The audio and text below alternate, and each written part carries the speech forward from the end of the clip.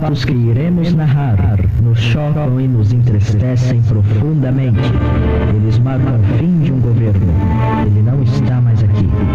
Hoje, quarta-feira, 25 de agosto, o Brasil ainda se encontra sob o peso de um acontecimento que, ocorrido ontem, marcou de modo profundo a vida nacional. Na manhã de ontem veio a público a informação de que o presidente da República, Getúlio Dornelles Vargas, fora encontrado morto em seus aposentos no Palácio do Catete, Distrito Federal.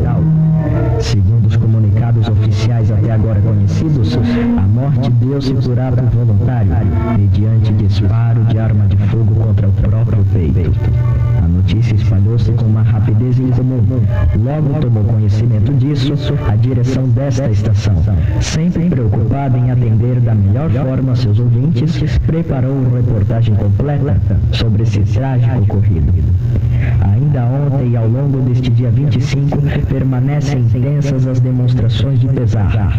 Divulgou-se também a Carta-Testamento, documento atribuído ao presidente falecido, que já foi reconhecido como dele, realmente, na qual ele expõe as razões políticas e morais que, segundo afirma, o conduziram ao gesto extremo. Tal escrito, lido e reproduzido amplamente, tornou-se elemento central da compreensão pública dos fatos, embora muitos pormenores ainda não se encontrem esclarecidos, seja quanto à redação final do texto, seja quanto às circunstâncias exatas dos últimos momentos de Vargas. Bem, para que se compreenda a dimensão histórica do ocorrido, impõe-se recordar quem foi Getúlio Dornelles Vargas e o caminho que o levou à chefia do Estado brasileiro. Getúlio Vargas nasceu em 19 de abril de 82, na cidade de São Borja, no Rio Grande do Sul. Tinha, portanto, 72 anos ao falecer. Iniciou sua vida pública ainda jovem, destacando-se na política gaúcha.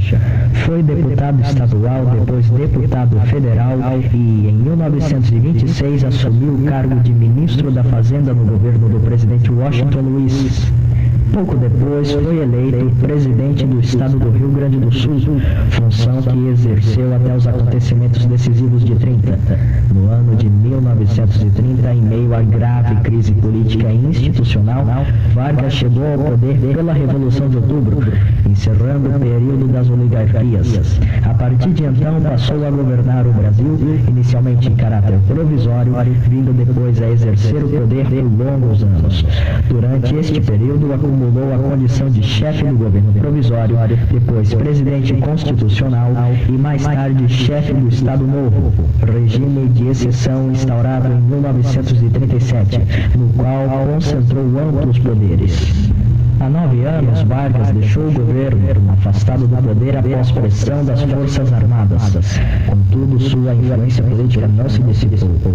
Assim, em 1950, Getúlio Vargas retornou ao poder pelo voto direto, sendo eleito presidente da República em pleito considerado legítimo e amplamente participado.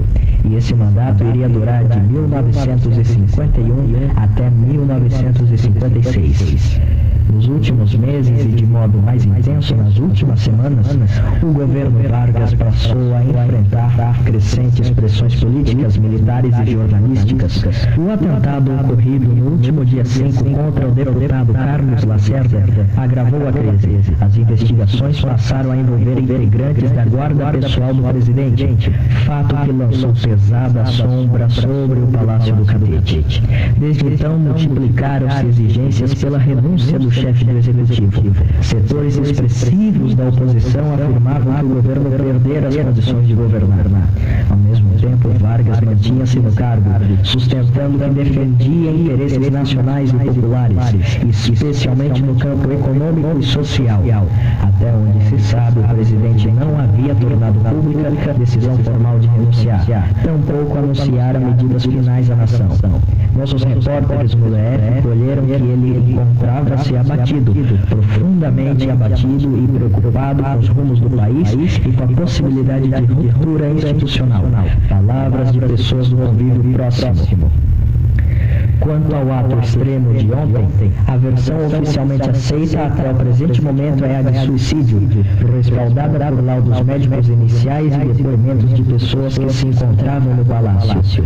Entretanto, muitos detalhes permanecem desconhecidos ou ainda não foram tornados públicos. Não se dispõe por hora de relatório pericial completo, nem de reconstrução minuciosa dos últimos instantes do presidente.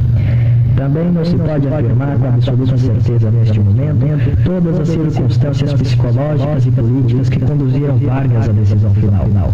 Estamos ainda muito próximo dos acontecimentos e a investigação dos fatos segue em curso, limitada pelas informações oficialmente divulgadas até esta noite.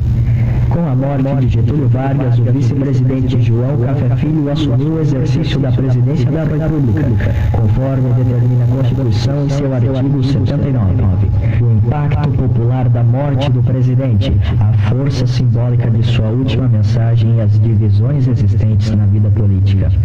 As capas de jornais todas repercutem o ocorrido. Está escrito como manchete principal no jornal da GLJ, abre aspas, suicidou-se o senhor Getúlio Vargas, seguida pela íntegra da carta, e o jornal Última Hora anunciou, matou-se Vargas, extra, e em seguida a frase do presidente em caixa alta, só morto sairei do catete. As televisões também estão com atenção total aos desdobramentos na capital. A televisão Tupi mostra e ilustra a comoção popular por meio do telejornal Repórter Esso. O velório do presidente Getúlio Dornelles Vargas já teve início nesta tarde no Palácio do Catete. Desde as primeiras horas da tarde, uma multidão contínua dirige-se ao Catete. Trabalhadores, servidores públicos, estudantes e representantes de diversas categorias sociais aguardam longamente para prestar as últimas homenagens. Autoridades civis e militares compareceram ao velório, observando-se até o presente momento ordem e solenidade, embora a emoção popular seja intensa. Quanto ao destino do corpo, está confirmado que após o encerramento do velório no Rio de Janeiro, o presidente será transportado para São Borja, no estado do Rio Grande do Sul, cidade natal do presidente. Ali sim ocorrerá o sepultamento em data e horário que ainda estão sendo ajustados, conforme informações oficiais divulgadas até agora. E assim, ao cair da noite deste 25 de agosto de 1954, o Brasil encontra-se sob o peso de uma realidade incontornável.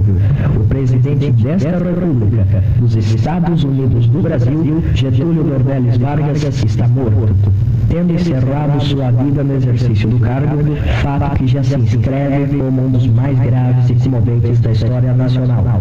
Filiado ao Partido Social Progressista, a quem incumbe a elevada responsabilidade de conduzir a nação em momento de extrema delicadeza, o senhor presidente agora é João Café Filho. Multidões prestam homenagens ao falecido presidente. Muitos pormenores ainda carecem de esclarecimento, e caber-lhes-á, ao tempo, revelar o alcance pleno dos acontecimentos ora vividos. Entre o luto e a expectativa, o Brasil atravessa horas silenciosas e graves, consciente de que encerra um capítulo decisivo de sua história e de que o futuro neste instante apresenta-se indefinido, exigindo prudência, serenidade e respeito à memória de um homem cuja presença marcou profundamente a vida nacional. Com isso, chega ao fim este documentário, esta reportagem extraordinária pela sua Rádio GLJ. Permaneçam sintonizados nesses 983 quilociclos. Agora os senhores terão os outros destaques desta noite.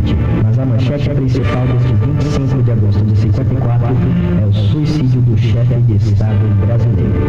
Quaisquer novas atualizações, nossa equipe de São Paulo e nossos repórteres no Rio lhes avisarão imediatamente. Boa noite e até amanhã às 19 horas.